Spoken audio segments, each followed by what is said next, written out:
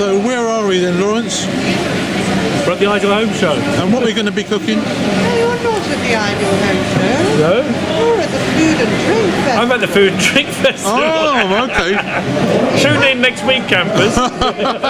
It is at the Ideal Home. It is at the Food and Drink Festival at the Ideal Home Show.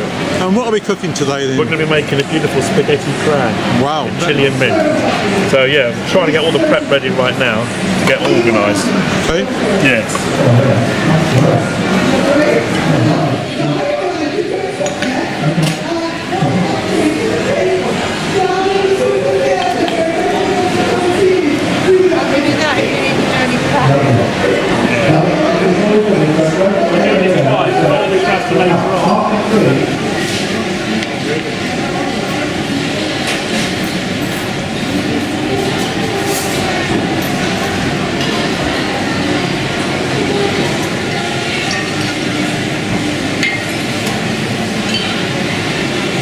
We're ready to get going with our next show. Are you ready to meet our next guest? Okay, I appreciate that many of you have been walking around that big show downstairs. We're a little bit, I get it, but this is a two-way show here, folks. Ladies and gentlemen, are you ready to meet our next guest? No. Third time lucky, I think, on this one. I think everyone's a little bit, I'm really tired now. Woo. All on a bit of a lull. Okay, here we go. Ladies and gentlemen, are you ready to meet our next guest? There we go. Then please welcome to the stage our very good friend, the fabulous Chef Lawrence Keogh, everyone. Thank you very much indeed. There we are. Too much. Good afternoon.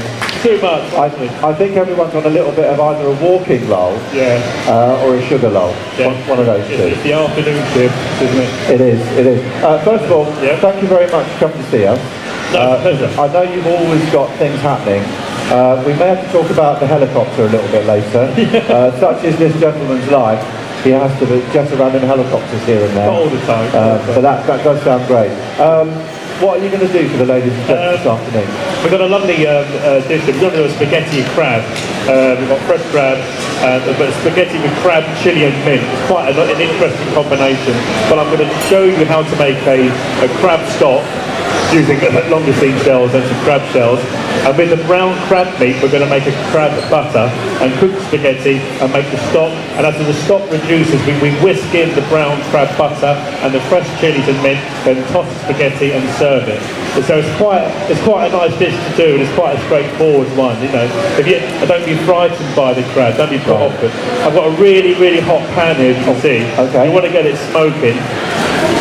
And we've got some langoustine shells just to help get the sauce going. What's nice, just smash these to the back of a rolling pin. And in the kitchens, we probably put them onto the, the Kenwood mixers and chuck them in. But just want to pound these to open up the shells, and it goes all that shell stock there. So this is about not wasting stuff. It's not wasting it, no, not at all. And give them a good fry. I'm going to take the white crab meat out. There's a metal tray here, and when you're picking crab, it's actually give your hands a good wash and a good sterilise. And what we do, we put it onto a metal tray in restaurants. So then as you flick it on the tray, you can sometimes hear the ping of the shell, just to make sure you haven't got the shells in it. And use your fingers, because if you're wearing gloves, you can't actually feel the shells. I see the wooden spoon there. Okay, grab one from here. There we go. In go the shells. Kev, can you give us a shot of left of the hob, please, sir? So you fry these langoustine shells and the crab shells. If I start smashing crab shells, it's going to be flying out and hitting every single one of you in the order. I'll just take some of this white crab out. And then we're left with the brown crab meat, which we want to keep to one side. So actually then, I mean, you would kind of dress the crab in about 2 minutes, because you've done it so many times. It won't take long. If we were worried about that, just get one that's already dressed. Get one that's all dressed, yeah.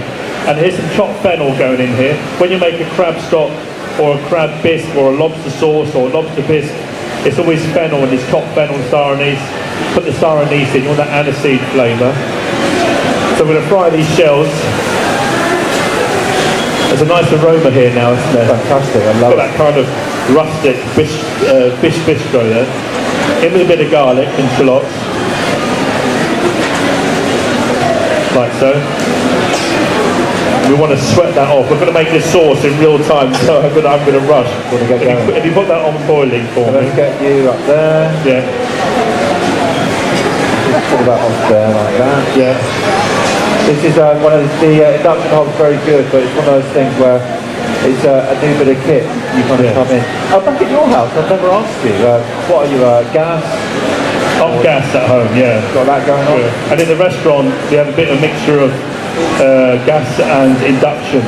You know, just to keep the kitchen a bit cooler. Professional kitchens can get a bit much. Yes. If you scrape out this brown crab meat into a pot like that, this you can smash up and put in there. That's going to go Oh, over. yeah, get the extra flavour out of it. Yeah.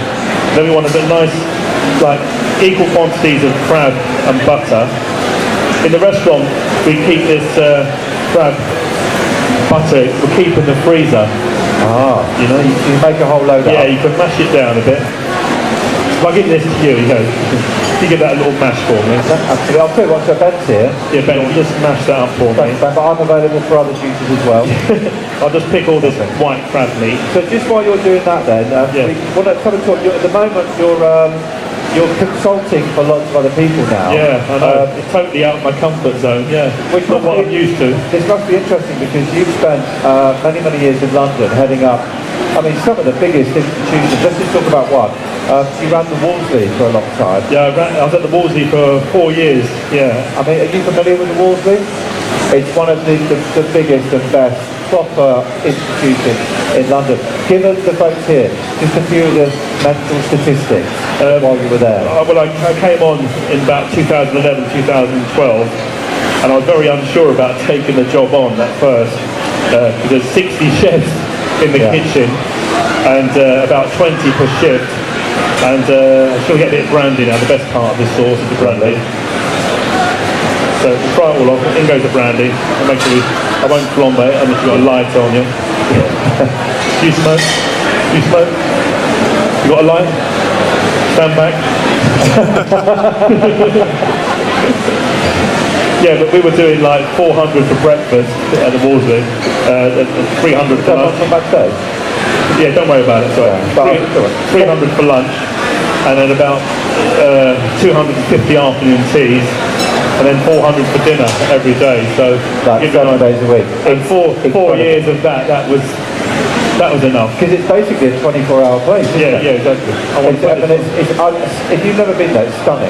And that was just one of the things you did. Yeah, it's and you crazy. looked after everything at Keogh for a while as well. Yeah. That was massive as well, That was wasn't a it? big job, yeah. 350 acres. We had buggies to get around the site. It was quite crazy. That water's not boiling. Let's knock that off there. Let's get that back up there. And what I'll do, I'll just give that 2 seconds there, and Yeah. that'll come straight back up. So I fried off the shells, the langoustine or crab shells, the star anise. In goes the tomato puree and brandy and a bit of chicken stock. I mean, with this, people sort of overcook it for 2 months. People boil this for about an hour and a half. You shouldn't. A bis should be about 45 minutes. Right. If you overcook it, it can get really bitter, the shells.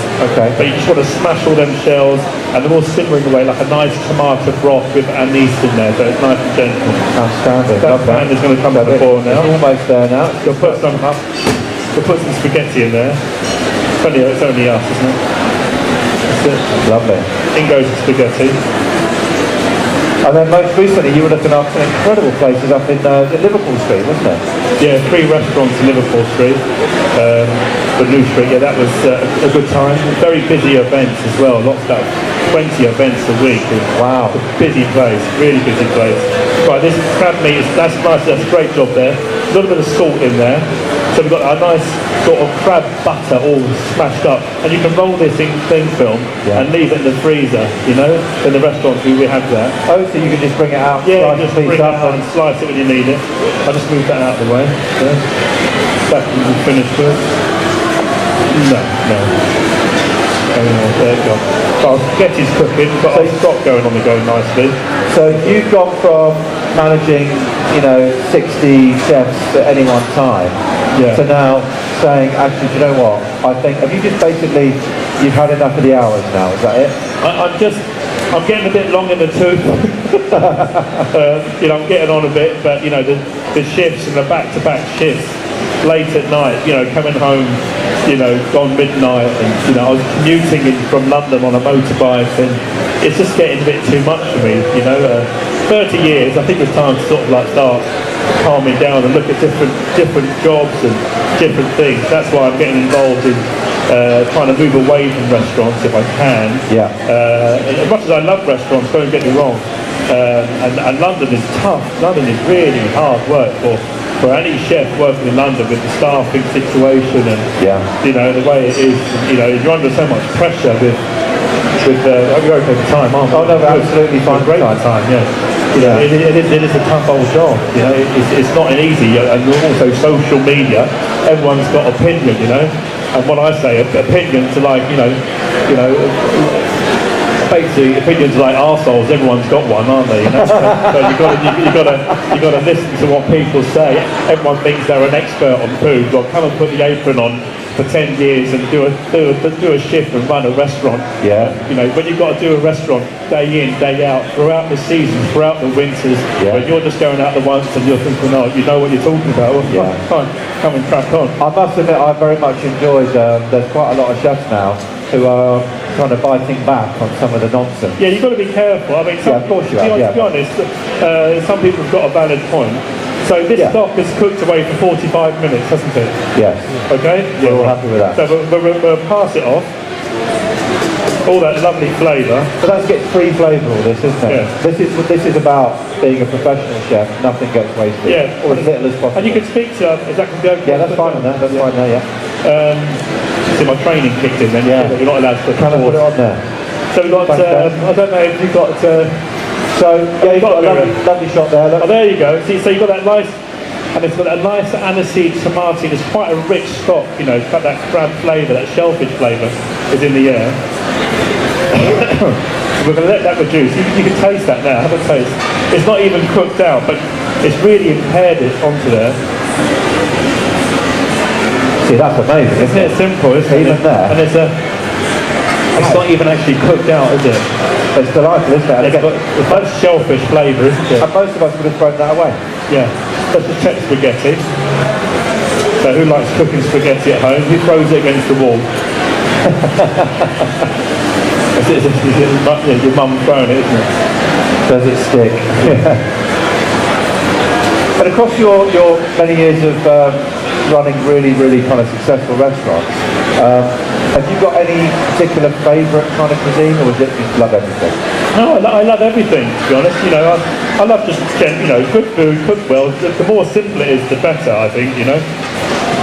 As you get older, you like simpler things, don't you? You know, simple grilled chicken, really nice clean salads. Yeah. You know, I don't, you know, like, I appreciate food. Don't get me wrong.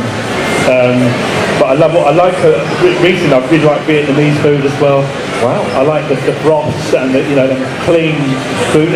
You know, Chinese I find a bit greasy and heavy, but some of the Vietnamese cooking, you know, the rice rolls, they're just so light, they're so flavoursome, they're so intense. Beautiful. What we're going to do now, we're spooning this crab butter into the sauce, and what this does, it enriches the sauce, you can see it now, and it starts to thicken. Yeah. That's lovely. You get it on a nice high heat, keep it bubbling the whole time. It's reducing. I know one of the things that you're becoming a bit more interested in now is you're kind of interested in really good street food as well, aren't you? Some really high quality stuff. Yeah. I mean, there's in London, I don't know, there's running corner, there's Box Park. There's Box Park in London, and some of them sea containers. It's fantastic, isn't it? Yeah. There's some guys just doing some really clever stuff. And you know, I went to a falafel one in Box Park in Shoreditch. Oh my God! I mean, I've eaten falafel in Tel Aviv when I was travelling. It was delightful. It was so light. It wasn't dry. It wasn't powdery. It was just perfect in the tahini. All the fresh salads were on show, chopped into it. Yeah. It was really, really lovely. I was like, wow, there's a spare spoon there. You know? There's a jug, should be a jug there, the spoon's in. Let's just check this spaghetti. So if you want to speak to a fishmonger about crab shells, some of them throw them away. so you can ask them to keep them for you. Yeah. You know, so you check the spaghetti. You just want a bit of bite to it.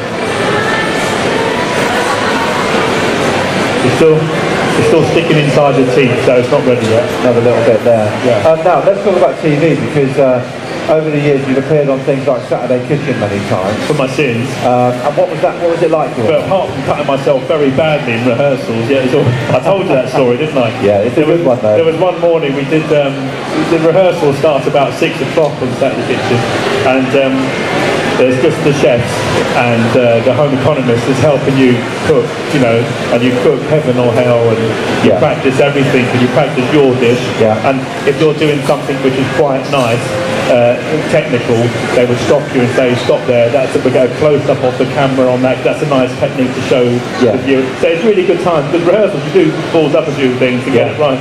But during rehearsal we had a rib of beef, and James was making dauphinoise with jugs of cream, and he was making Yorkshire puddings with jugs of milk. And we were slicing the celery, and you know them the mandolins. So I'm standing away slicing on the celeriac, and I didn't know that both jugs were the same. So I said to the home ec, Janet, I said, Janet, is that the jug for the straight in, straight into my thumb? And of course, who started laughing first? James. He pissed himself. He thought it was hilarious. And meanwhile, it was just going everywhere, all over the set. It was just spraying all over the place. And they said, quick, get him off stage, you know, have you got anything else to wear? And I said, no. So they were panicking. They put an apron on me really quickly, and this tissue was wrapped around. I'm holding my hand up, and it was just everywhere. It was just all over the place. And we had to carry on to the show. For 45 minutes from going live with News 24, bear in mind, with 30 million people tuned in then. Yeah. And it was just a mess, you know, my thumb. And by this time, I'm bursting to go to the toilet. I'm absolutely bursting to go. So they said, let's get the floor manager in. And they've taken my mic off. And he's had to come into the toilet with me. And I'm in there, and I've got these button flies. And I couldn't get my trousers up, so I got this floor manager around me, trying to get my trousers up, and I'm in there, going back on stuff. It was, you know, it's just comedy of errors. Yeah. Wow. But like a proper chef, you did the show. Yeah. Absolutely brilliant. It still needs a bit more cooking, but I take a note from old Theo, my mate Theo. What he does, he finishes the cooking in the sauce. So we just lift the spaghetti out. He doesn't like draining it, he likes lifting it out. That's right, Yeah, so I might use the tongs here.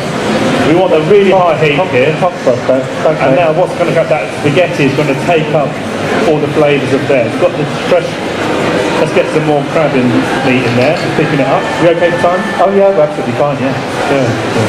And I love that this is a dish that really you're kind of creative with. A bit of kind of leftovers really, aren't you? Yeah. But like I said, it's a nice, I'll take the tongs, sorry. Speak to your fishmonger and ask them about the shells. And some fishmongers, they do the bottled bisque. Have you ever seen that? You can buy a bottled bisque. And there's the French stuff, which is really good. Wow. It's in a glass bottle. And you can use that and reduce it if you want to cheat as well at home. Yeah. You know? You'll see this sauce is starting to thicken nicely now. This is a great lunchtime beautiful party dish if you want to sort of impress people. Now I know that obviously you stepped away from the restaurant for the time being because you want to do some other things. I know we're not allowed to talk about who it is at the moment, but you are looking into something at the moment, aren't you, that's got you excited? And this involves you having to take a few helicopter trips. Yeah, it was quite crazy. Well, you can talk about it, it's not too bad, yeah. But I'm working with a quite well-known campsite for the UK, and they've got 37 sites around the UK. And I'm just going to put the chopped chilli in, 1 second. Yep. There's a little bit of chilli, you like it spicy. Yep. So there goes your fresh chopped chilli. I need a chopping board actually. Yep, to do one of those. Thank you very much, Ben. And a pepper mill. Lovely. I'm going to put some of the crab meat in to flavour it. We're coming together now on this. Yeah, last week, but they said we need to get around the campsite. So I was expecting to drive to certain places in Devon and Cornwall, And they said, oh no, we've got a company helicopter. How cool is that? So that was last Tuesday, going around to Devon and Cornwall in this company helicopter, and the pilot was ex-army. He was hilarious. Yeah. He was out in the Gulf, and we had to refuel on the way home at Newbury, and he came in like an airplane on this airfield. Yeah. He came in, and then he went sideways to a tanker, dropped it, and refueled and took off. It was proper Bond stuff. I was like, my God, this is... That was brilliant. Yeah, it's not bad, not bad. What a lovely thing. Yeah, it was fantastic. In all your time working on the kind of TV and different restaurants, who were your food heroes? Who did you really love? I think I really like Rick. Like, who doesn't like Rick? You know, he's wonderful. You know, he's a lovely guy as well.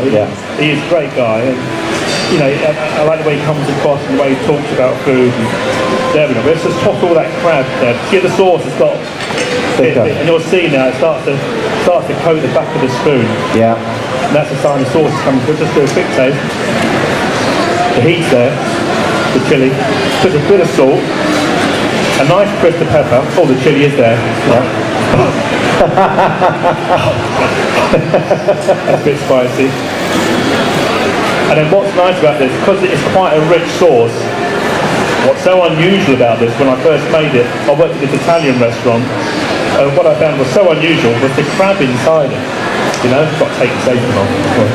It turned into a skirt. Yeah, I'll tell you what, let me just get rid of that. Yeah. There we go. There you go. I was talking like a penguin on stage there. It's the floor manager all over again. It was the floor manager. Yeah. And then when you pick them in, just pick the leaves, and if you lay them flat, okay, and you want to lay them flat and roll them up. Yes, like a Rizzler. Roll them up like a Rizzler. That's how I tell my chefs. They all know that, don't they? Yeah. And then you do long, thin slices, okay, like that. Everyone can see what I'm doing with my knife. Can you see it? Oh, give us a shot left of hot, Kev, if you would. Yeah. There we are. Thanks, there you go. Never have your fingernails on show. Cat's claw. Okay, bring it in. Okay, and work it down like that. There you go. So we've checked the sauce last minute. There's a spoon here. It's seafoody, it's spicy, it's rich, and it's buttery. Then what's the nice bit? This mint goes in last minute. Wow. Okay? Yeah. I'm not expecting that. No, you're not expecting. And that really refreshes the whole sauce, and it lifts it. And just stir it in very gently. If you want to, you can do a nice knob of butter in here. And then what's the nice thing with olive oil? Yeah. What's the nice thing with olive oil? Is when you make a tomato sauce at home or anything like that, the gas is still on, isn't it? So, there we are. Just let that melt in. Just stir that butter in to make it nice and rich and unctuous. And when you do sauces at home, what's nice, when you take the pan off and you're about to serve, get a good quality olive oil and just drizzle it in and stir it into the pasta. That's a nice technique, and it doesn't. The olive oil just warms through, so you've got that richness of the olive oil. It's not being cooked out. Yeah. Also, do that when you do a spag bowl and when you do a tomato sauce at home. Just as you're about to serve it, just pour in some fresh olive oil to refresh the sauce, and you'll be really surprised about the flavour of the concept, how it comes together. You can see how that's really thickened up now, isn't it? Yeah, it's nice and thick. Get a nice hot bowl, and you've got the tongs there. Sorry. And when you serve pasta, so dig in, lift it up, nice and high, and turn it into your bowl. Lift it in, and then turn it into your bowl. And that'd be lovely with a nice bit of crusty bread or a simple green salad and a glass of wine. So there you have. That's my spaghetti crab with chilli and mint. How about that, ladies and gents? That's worth a round of applause. Can we do a photo? No, that's the best part yet. Okay. Are we in the right place, fellas? Left a bit. Left a bit that way?